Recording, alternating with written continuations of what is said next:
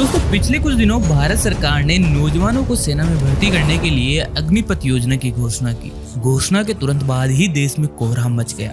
वजह थी इस योजना के कुछ टर्म्स एंड कंडीशन। इस योजना के बारे में बहुत कुछ कहा सुना गया है और आपने भी इस पर बहुत बहस सुनी ही होगी। इसमें क्या सही है क्या गलत है वो एक तरफ है। आज हम बात करेंगे इस स्कीम के ऐलान के बाद जन्मी एक नई राजनीतिक बहस के बारे में। दोस्तों जो कोई भी जवान भारतीय सेना में भर्ती होता है तो रिटायरमेंट के बाद उसे पेंशन सहित कई भत्ते मिलते हैं, लेकिन अग्निपथ योजना में रिटायर हुए जवानों को ऐसा कुछ नहीं मिलेगा। लेकिन सोशल मीडिया पर इस पर कई बातें हो रही है जिनमें कहा जा रहा है कि जब 4 साल देश की सेवा करने के बाद अगर किसी जवान को पेंशन या भत्ते नहीं दिए जा सकते तो राजनेताओं को क्यों सिर्फ 5 साल की राजनीति के बाद ही पेंशन देना शुरू कर देते हैं। यहाँ तक कि अगर कोई MLA MP अगर दूसरी बार, तीसरी बार या चौथी बार इलेक्ट हो जाने के बाद उसे उतनी ही गुना पेंशन मिलती है। मान लीजिए अगर कोई नेता 5 बार MLA बन गया तो उसे 5वां कार्यकाल खत्म होने के बाद 5 गुना पेंशन मिलेगी। लेकिन दोस्तों ये बातें सिर्फ सोशल मीडिया पर हो रही है, इन पर कभी भी संसद में बहस नहीं होगी क्योंकि ये भ्रष्ट राजनेता इतने ही दूध के धुले होते तो लोगों की सेवा करते अपने कार्यकाल के दौरान, न कि अपने सगे संबंधियों को राजनीतिक लाभ दे रहे होते। दोस्तों आज हम आपको एक पूर्व प्रधानमंत्री की कहानी सुनाने जा रहे हैं जिसे सुनकर आप भी सोचोगे कि हमने आखिरकार किन दलालों को जिताकर देश की संसद में बिठाया है, और आप सोचने पर मजबूर हो जाओगे कि हमें देश में राजनेताओं की जरूरत नहीं है बल्कि देशभक्तों की जरूरत है। दोस्तों वीडियो शुरू करने से पहले आप सभी से हम पूछना चाहेंगे कि क्या आपने कभी वोट किया है? अगर आपने वोट दिया है तो आपने किस नेता को चुना और क्या वो नेता आपसे किए हुए वादे पूरे कर रहा है? कमेंट करके हमें जरूर बताइए। और हाँ दोस्तों, अगर चैनल पर नए हो तो चैनल को सब्सक्राइब कीजिए और ये बेल आइकन दबाना ना भूले ताकि नए आने वाले वीडियोस आपको सबसे पहले मिले। सर देखा गया है कि लोग भारतीय सेना को एक एम्प्लॉयमेंट का जरिया मानते हैं, नौकरी हासिल करने का जरिया। मैं आपको एक चेतावनी देना चाहूँगा कि ये गलतफहमी अपने दिमाग से दूर निकालें। भारतीय सेना एक नौकरी का जरिया नहीं है। अगर आपने भारतीय सेना में शामिल होना है तो आपको शारीरिक और मानसिक रूप से हर तरीके से आपको मजबूती दिखानी है। आपका हौसला बुलंद होना चाहिए। आपको कठिन से कठिन समस्याओं का सामना करने के लिए आप में ताकत होनी चाहिए।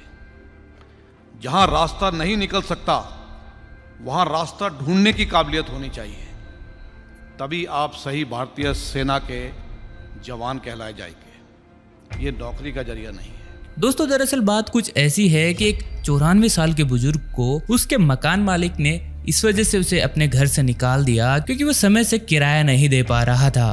बूढ़े के पास एक पुराना बिस्तर, कुछ एल्यूमिनियम के बर्तन, एक प्लास्टिक की बाल्टी, एक मग के अलावा शायद ही कोई सामान था। बूढ़े ने मालिक से किराया देने के लिए कुछ समय देने का अनुरोध किया। पड़ोसियों को भी बूढ़े आदमी पर दया आई और उन्होंने मकान मालिक को किराए का भुगतान करने के लिए कुछ समय देने के लिए मना लिया। मकान मालिक ने अनिच्छा से ही उसे किराया देने के लिए कुछ समय दे दिया। बूढ़ा अपना सामान अंदर ले गया। रास्ते से गुजर रहे एक पत्रकार ने रुक कर ये सारा नजारा देखा। उसने सोचा कि ये मामला उसके समाचार पत्र में प्रकाशित करने के लिए उपयोगी होगा। उसने एक शीर्षक भी सोच लिया था, क्रूर मकान मालिक बूढ़े को पैसे के लिए किराए के घर से बाहर निकाल देता है। फिर उसने किराएदार बूढ़े की और किराए के घर की कुछ तस्वीरें भी ले ली।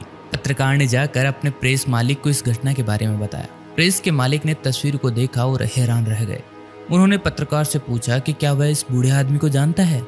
पत्रकार ने कहा नहीं। अगले दिन अखबार के पहले पन्ने पर बड़ी खबर छपी थी। शीर्षक था, भारत के पूर्व प्रधानमंत्री गुलजारी लाल नंदा एक दयनीय जीवन जी रहे हैं। खबर में आगे लिखा था कि कैसे पूर्व प्रधानमंत्री किराया नहीं दे पा रहे थे और कैसे उन्हें घर से बाहर निकाल दिया गया था। अखबार ने इस पर टिप्पणी भी की थी कि आजकल फ्रेशर भी खूब पैसा कमा लेते हैं, जबकि एक व्यक्ति जो 2 बार पूर्व प्रधानमंत्री रह चुका है और लंबे समय तक केंद्रीय मंत्री भी रहा है, उसके पास अपना खुद का घर भी नहीं है। दरअसल गुलजारी लाल नंदा को स्वतंत्रता सेनानी होने के कारण 500 रुपये प्रतिमाह भत्ता मिलता था, लेकिन उन्होंने यह कहते हुए इस पैसे को अस्वीकार कर दिया था कि उन्होंने स्वतंत्रता सेनानियों के भत्ते के लिए स्वतंत्रता की लड़ाई नहीं लड़ी। बाद में दोस्तों ने उसे यह स्वीकार करने के लिए विवश कर दिया, यह कहते हुए कि उनके पास जीवन यापन का कोई अन्य स्रोत नहीं है। इसी पैसों से वह अपना किराया देकर गुजारा करते थे। अगले दिन तत्कालीन प्रधानमंत्री ने मंत्रियों और अधिकारियों को वाहनों के बेड़े के साथ उनके घर भेजा। इतने VIP वाहनों के बेड़े को देखकर मकान मालिक भी दंग रह गया। तब जाकर उसे पता चला कि उसका किराएदार श्री गुलजारी लाल नंदा भारत के पूर्व प्रधानमंत्री थे। मकान मालिक अपने दुर्व्यवहार के लिए तुरंत गुलजारी लाल नंदा के चरणों में झुक गया।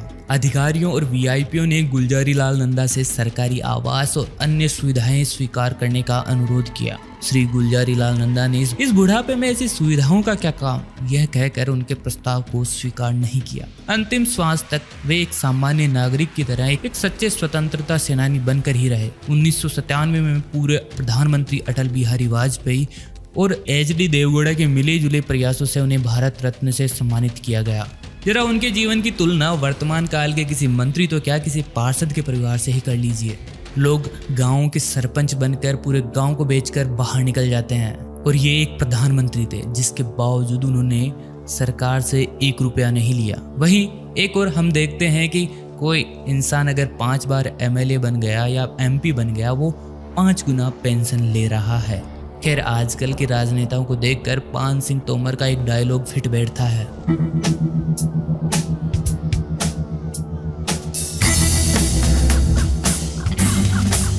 आप डकैत कैसे बने? बीहड़ में बागी होते हैं, डकैत मिलते हैं पार्लियामेंट में। खैर दोस्तों, आप इन देसी राजनेताओं के बारे में क्या कहते हैं कमेंट करके हमें जरूर बताइए। वीडियो कैसा लगा? अगर अच्छा लगा हो तो लाइक और शेयर करना ना भूलिए। चैनल को जरूर सब्सक्राइब कीजिए। दोस्तों जल्दी मिलेंगे नई वीडियो के साथ, तब तक के लिए नमस्कार। देखा गया है कि लोग भारतीय सेना को एक एम्प्लॉयमेंट का जरिया मानते हैं, नौकरी हासिल करने का जरिया।